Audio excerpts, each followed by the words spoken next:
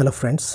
তো আজকে আমরা দেখব যে কিভাবে প্রফিট আমরা মার্কেট কন্ডিশন থেকে আমরা আজকে বিটকয়েন থেকে কিভাবে প্রফিট করলাম, মার্কেট অ্যানালাইসিস এবং ডিটেলস আপনাদের দেখাবো। তো প্রথমে দেখি যে আমরা ট্রেড হিস্টোরি থেকে টুডে আজকে প্রফিট করছি আমরা 429। ওকে, এখানে দেখেন সবগুলোই প্রফিট, এখানে শুধু লাস্টে একটা লস আছে, সবগুলো প্রফিট। তো আমরা মার্কেট অ্যানালাইসিসটা এখন দেখি যে কিভাবে প্রফিটটা করলাম, কেন পজিশনটা নিলাম। তো প্রথমে আমি বিটকয়েনের ডেইলি টাইম ফ্রেমে আসি। তো ডেইলি টাইম ফ্রেমে দেখেন মার্কেট প্রথমে আমি দেখি যে এখানে ভালো একটা আপ ট্রেন্ডে আছে। আপ ট্রেন্ড থেকে কিন্তু অনেকগুলো এখানে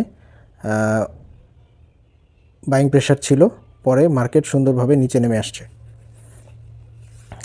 তো এখানে দেখেন মার্কেট এখানে সুন্দর একটা এসএনআর এখানে কিন্তু এখানে সাপোর্ট নিচ্ছে, মার্কেট এই জায়গা থেকে সাপোর্ট নিচ্ছে। তো আমি যখন দেখলাম যে ঠিক এখান থেকে মার্কেটটা সাপোর্ট নিচ্ছে, তখন এখানে আমি বাই করার জন্য আমি ছোট টাইম ফ্রেমে গেলাম। প্রথমে 4 আওয়ারলিতে দেখেন এখানে আমি পজিশনটা নেওয়া শুরু করছি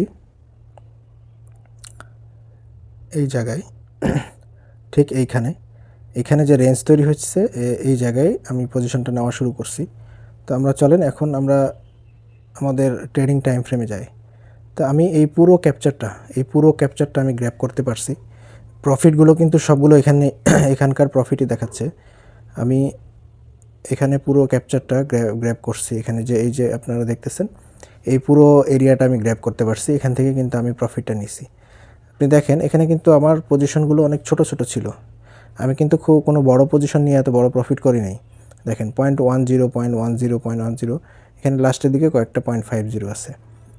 তো আমি অনেক ছোট পজিশন নিয়ে কিন্তু এই ভালো একটা প্রফিট করছি এই একটা র্যালি থেকে। তো আপনি দেখেন আমি কেন ট্রেডটা নিলাম এখন আমি দেখাই আপনাদের। তো আমি যদি 1 আওয়ার টাইম ফ্রেমে যাই, আমি পজিশনটা নিয়েছি যখন এইখানে মার্কেটটা রেঞ্জে ছিল। এই জায়গায় যখন মার্কেটটা রেঞ্জে ছিল তখন আমি পজিশনগুলো অ্যাড করা শুরু করছি।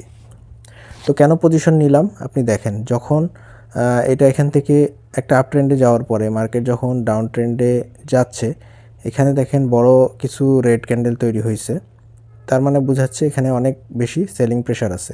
তো সেলিং প্রেশারের পরে যখন মার্কেটটা আবার একটা এখানে মুভ দিছে, পুলব্যাক দেওয়ার পরে কিন্তু এখানে আবার সেলিং আসার পরে আপনি ঠিক এই জায়গায় দেখেন একটা রেঞ্জ তৈরি হয়েছে।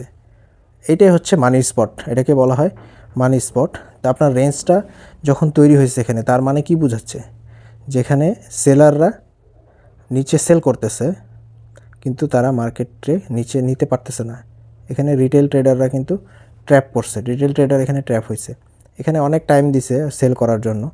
আপনি দেখেন আপনাকে এত বেশি টাইম কেন দিবে?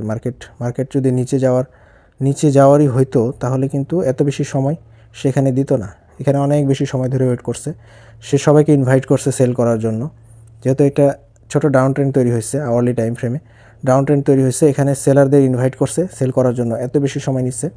তো এখানে সেল করার জন্য এখানে সেলাররা সেল করছে এবং বিগ প্লেয়াররা এখানে বাই করে তাদের এখানে পজিশন বিল্ড আপ করছে।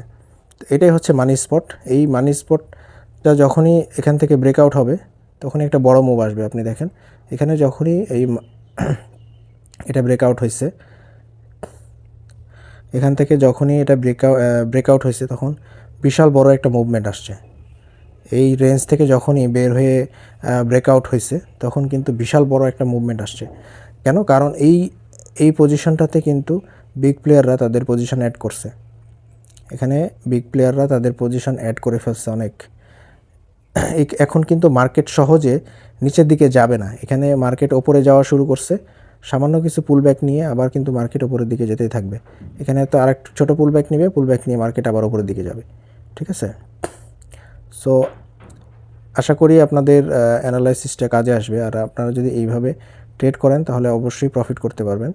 আপনি দেখেন আমি আজকের এই অ্যাকাউন্ট থেকে এই প্রফিটগুলো করছি, এবং যদি আমি লাস্ট উইক দেখাই, দেখেন লাস্ট উইকে 1524 প্রফিট করছি। আমি যদি লাস্ট মান্থ দেখাই 5806 প্রফিট করছি। ঠিক আছে। সো আমার কিন্তু কন্টিনিউয়াস আমি প্রফিট করতেছি এই স্ট্র্যাটেজির মাধ্যমে। তো আপনারা যদি ভালো লাগে অবশ্যই লাইক দিবেন এবং চ্যানেলের সাথেই থাকবেন। আপনাদের কী ধরনের ভিডিও প্রয়োজন অবশ্যই জানাবেন।